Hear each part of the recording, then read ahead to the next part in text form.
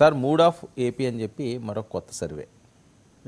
తెలుగుదేశం పార్టీకి టెన్షన్ ఉన్నది, ఆ ఎమ్మెల్యేలకి బీపీలు అని చెప్పి ఎలా ఎలా చూడాలి సార్ ఈ టైంలో వస్తున్న ఈ సర్వేల సారాంశం?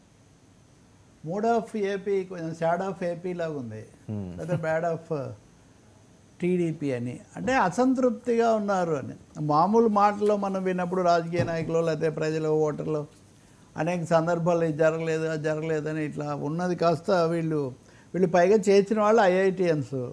ఇప్పుడు ఐఐటిఎన్స్ అనుకూలంగా ఉంది లేకపోతే పలానా సమర్థత చాలా బాగుంది, విజన్ బాగుందంటే మనం చాలా సంతోషంగా చూసినట్టే దీన్ని కూడా మనం తీసుకోవాల్సి ఉంటుంది. ఇంకా ఇతర వివరాల తర్వాత ఏమన్నా వస్తే తప్ప వీళ్ళు అనేక అంశాలు తీసుకొని సర్వే చేసిన తర్వాత మెజారిటీ అసంతృప్తిగా ఉన్నారు. వ్యతిరేకంగా ఉన్న వాళ్ళు కూడా చాలా ఉన్నారు, అసంతృప్తిగా ఉన్నవాళ్ళు ఎక్కువగా ఉన్నారు అని చెప్తున్నటువంటిది తప్పకుండా ఒక బీపీ వచ్చేటటువంటి విషయమే కదా, టెన్షన్ వచ్చేటటువంటిదే. ఇంకొకటి మ్యాచ్ చేసుకొని చూసుకుంటారు కదా, ఇప్పుడు మీలాంటి మీడియా మిత్రుల పుణ్యాన మొన్ననే చంద్రబాబు నాయుడు నా మంత్రుల మీద తీవ్రమైన అసంతృప్తిగా ఉంది, చాలామంది మీరు క్షేత్రస్థాయికి పోవడం లేదు, మేము నివేదికలు తెప్పించుకుంటున్నాం, మీరు అందరూ మాజీలు అయిపోతారు సరిగ్గా చేయకపోతే అని ఆయన వార్నింగ్స్ ఇస్తున్నాడు. ఆయన వార్నింగ్ అది చంద్రబాబు సీఎం వార్నింగ్ అయితే ఇది సర్వేల వార్నింగ్ లాగా ఇది కనిపిస్తుంది. తప్పనిసరిగా అసంతృప్తి అనేది చాలా ప్రబలంగా ఉంది అనేది మనకు ఈ సర్వేలో తెలుస్తుంది. మీరు చూస్తే వీళ్ళు పెట్టారు red zone, orange zone, green zone అని. సో ఈ రెడ్ జోను ఆరెంజ్ జోన్ చాలా ఎక్కువగా ఉంది గ్రీన్ జోన్ కంటే కనుక చూస్తే. మీరు రెడ్ జోన్లో చూస్తే తెలుగుదేశం వాళ్ళు 54 మంది, జనసేన వాళ్ళు 15 మంది, బీజేపీ వాళ్ళు 4. వీళ్ళు అసలు పూర్తి రెడ్ జోన్, వీళ్ళ మీద anti incumbency 54, Janasena 14, BJP 4. So జనసేనది మళ్ళీ మనం విడిగా అంటే జనసేన మీద చాలా ఎక్కువగా ఉంది. రెండోది ఆరెంజ్ జోన్, ఇది అసంతృప్తి. ఈ అసంతృప్తి తెలుగుదేశం వాళ్ళ మీద 22, జనసేన మీద 3, బీజేపీ మీద 1, ఇది అసంతృప్తి. సో ఈ రెండు కలిపి చూస్తే కనుక తెలుగుదేశంలో సంతృప్తిగా ఉన్నవాళ్ళు సగం కంటే తక్కువ మంది ఉన్నారు, వాళ్ళకున్న 134లో. ఈ విధంగా మనం చెప్పాలంటే మెజారిటీ అసంతృప్తిగా ఉన్నారు, ఆ మెజారిటీ అసంతృప్తిలో కూడా మెజారిటీ వ్యతిరేకంగా ఉన్నారు.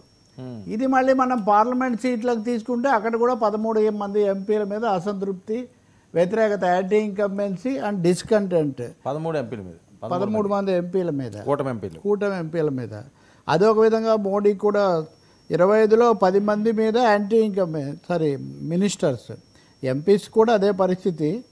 కాబట్టి మొత్తం మీద చూస్తే అసంతృప్తి అన్నది ఇక్కడ ఒక ప్రధానమైన అంశంగా ఉంది. ఈ అసంతృప్తిని కూడా ఏమీ వాళ్ళు అస్పష్టంగా పెట్టలే. ఏ అంశాల మీద అసంతృప్తి అంటే ఖచ్చితంగా ప్రజల్లో మాట్లాడుకుంటున్నప్పుడు ఏ వర్గాల్లో ఏ అంశాల మీద అసంతృప్తి ఎక్కువగా ఉందో అదే ఇక్కడ కూడా రిఫ్లెక్ట్ అవుతుంది. ముఖ్యంగా నిరుద్యోగుల్లో అసంతృప్తి చాలా ఎక్కువగా ఉంది. ఇది అందరికీ తెలుసు. ఉపాధి కల్పన కానీ నిరుద్యోగ భృతి ఇవ్వడంలో కానీ 56% మంది యువత మేము అసంతృప్తిగా ఉన్నామని చెప్తున్నారు. విద్యార్థులకు సంబంధించి చేస్తామన్న దాంట్లో కూడా 43% సంతృప్తి, అంటే 40% మంది అసంతృప్తి, 8% మంది పాక్షిక. సో ఇంకొకటి మహిళలకు 1500 రూపాయలు అన్న దాని మీద 49% వాళ్ళ అసంతృప్తి. ప్రతి రైతుకు ఆర్థిక సాయం మీద 57% మంది రైతుల అసంతృప్తి. అంటే మహిళలు, రైతులు, యువత ఇలా చూసుకుంటూ పోతే కీలకమైన వర్గాల్లో ఈ వాగ్దానాల అమలు, ఉచిత బస్సు ప్రయాణం మీద 52%. అంటే చాలా ఆలస్యంగా మొన్న ప్రకటించారు, అది కూడా పల్లె వెలుగుకు మాత్రమే పరిమితం అనగానే ఇవన్నీ కూడా పాక్షికమైన ఆలస్యంగా అమలు చేయడమే కాకుండా పాక్షికంగా అమలు చేస్తున్నారు. అప్పుడేమో చాలా ఊరించారు అన్నటువంటి అంశాన్ని చాలా బలంగా వాళ్ళు తమ రీజనింగ్లో కూడా వాళ్ళు చెప్తున్నారు. సో తప్పకుండా ఇది డేంజర్ బెల్స్ కింద లెక్క తెలుగుదేశం పార్టీకి. అంటే ఒకసారి గెలిచిన తర్వాత మా మెజారిటీ ఎక్కడికి పోతుందని వాళ్ళు భావించవచ్చు, కానీ అదేదో హాయిగా సంతోషంగా సంతృప్తిగా పాలించి మళ్ళీ రావటం అన్న ఆలోచన కాకుండా ఒక ఎదురుగాలి తీవ్ర స్థాయిలోనే ఉంది అన్న విషయం ఇక్కడ కనిపిస్తుంది. వీటన్నిటి మీద కూడా చూశారు.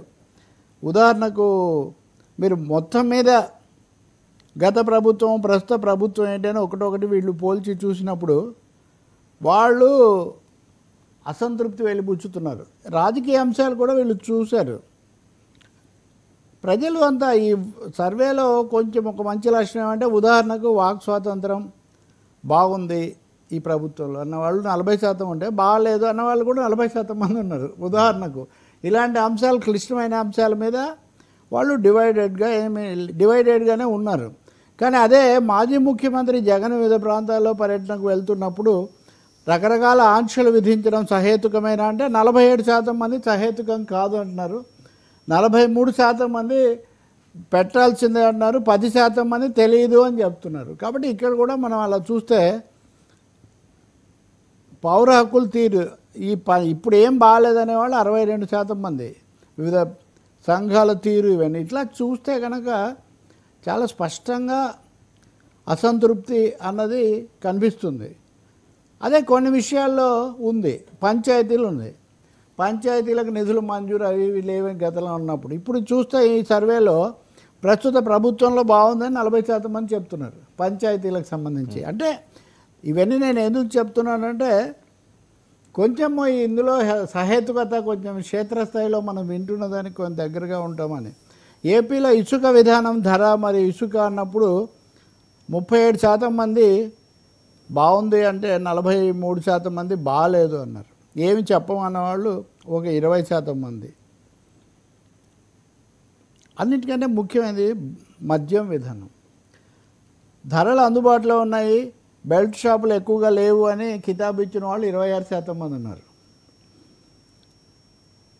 కానీ అప్పుడు ఇప్పుడు తేడా లేదని చెప్పిన వాళ్ళు 47% మంది ఉన్నారు. సో ఇది మీరు కనుక చూస్తే హక్కులు, మాజీ ముఖ్యమంత్రి పర్యటన, లేకపోతే బస్సులు, స్కూల్ ఫీజులు, ఇలా ఒక్కొక్క టాపిక్ను మీరు గ్రేడింగ్ చేసుకుంటూ వస్తే కొంత వాళ్ళు ఆలోచించే చెప్తున్నట్టుగా మటుకు కనిపిస్తుంది. మైనింగ్ విషయంలో మైనింగ్ జరుగుతోంది, అవినీతి ఎక్కువగా ఉందనేది 42%, అవినీతి లేదన్న వాళ్ళు 36%, కొంతవరకు జరుగుతుందన్న వాళ్ళు 10%. అంటే ఇక్కడ కూడా ప్రతి విషయంలో కూడా రైతులకు సంబంధించిన అసంతృప్తి మనకు ఎక్కువగా కనిపిస్తుంది. రైతు భరోసా సరిగ్గా పనిచేయలేదు. గ్రామీణ రోడ్ల పరిస్థితి ఉదాహరణకు గతం కంటే ఇప్పుడు కొంచెం బెటర్ అన్న వాళ్ళు ఎక్కువ ఉన్నారు, రోడ్లు వేస్తున్నారని అంటున్నారు. కాబట్టి మనం ఈ రెండింటినీ కంపేర్ చేసుకునే ఒక పరిస్థితి కూడా 36% మంది సంతృప్తి అంటే రోడ్ల విషయంలో, 35 సంతృప్తి లేదన్న వాళ్ళు 30%. అంటే ఈ వీళ్ళు ఒక 6% మంది ఎక్కువ ఉన్నారు. సో ఈ విధంగా ఒక్కొక్క అంశం ఎట్లా ఉన్నా ఓవరాల్గా సగం మంది మంత్రుల మీద అసంతృప్తి. 25లో 10 + 3 13 అంటే ఇది చంద్రబాబు మాటే కదా, ఏమన్నా కాదందామా ఇప్పుడు ఇంకో విధంగా మాట్లాడదామా అంటే 13 మంది ఎంపీలు, 13 మంది మంత్రులు కూడా, 13 మంది మంత్రులే. సారీ మా ఎంపీలది చెప్తాను, మంత్రులదే 10 మంది మంత్రుల మీద అసలు యాంటీ ఇన్కంబెన్సీ, 3 మీదేమో డిస్సాటిస్ఫాక్షన్. ఈ జాబితాలో ఆసక్తికరమైన పేరు నాదెండ్ల మనోహర్ది కూడా చాలా ఎక్కువగా ఉంది. లోకేష్కు బాగా సన్నిహితంగా ఉండి చేస్తున్న కొల్లు రవీంద్ర పేరు కూడా ఉంది అసంతృప్తి ఈ జాబితాలో. కాబట్టి ఇప్పుడు మీడియాలో మనకు వచ్చేది దీనికిను కిందకెళ్ళి తేల్చుకున్నప్పటికీ తేడా ఒకటి ఉంటుంది అనిపిస్తుంది. ఓవరాల్గా ఒక 164 మంది శాసనసభ్యులు ఉన్నారు కదా, 11 మంది కాదు. ఇందులో ఒక్క వైసీపీ ఆయన మీద కూడా అసంతృప్తి ఉన్నట్టు ఇందులో చెప్పట్లేదు. అంటే ప్రజలు బహుశా ప్రతిపక్ష ఎమ్మెల్యేల నుంచి ఏమీ వాళ్ళు ఆశిస్తున్నది జరుగుతుందనే ఆలోచన వాళ్ళకి ఏమీ ఉండకపోవచ్చు. కానీ 164 మంది శాసనసభ్యులు ఉంటే వీళ్ళలో 90 మందికి పైగా అసంతృప్తిని, వ్యతిరేకతను కూడా ఎదుర్కొంటున్నారు అని నెల రోజులు, ఏడాది లోపలే నివేదికలు రావటము, అభిప్రాయాలు చెప్పడం అనేది ఖచ్చితంగా ఏ ప్రభుత్వం అయినా తీవ్రంగా తీసుకోవాల్సిన విషయం, దిద్దుకోవాల్సిన విషయం కూడా. మనం రోజు ఇప్పుడు ఉదాహరణకు పారిశ్రామిక అభివృద్ధి బాగుంది, ఇప్పుడు పెట్టుబడులు భలే వస్తున్నాయని రోజు వింటుంటాం మనం. ఆ విషయంలో కూడా అభిప్రాయం అడిగితే అది కూడా ఇలాగే ఉంది, వస్తుందని చెప్పడం ఎక్కువగా జరుగుతుంది కానీ నిజంగా వచ్చినటువంటిది ఏమీ లేదు, ఈ విషయాలన్నీ చూడాల్సిందే అని వాళ్ళు చెప్తున్నారు.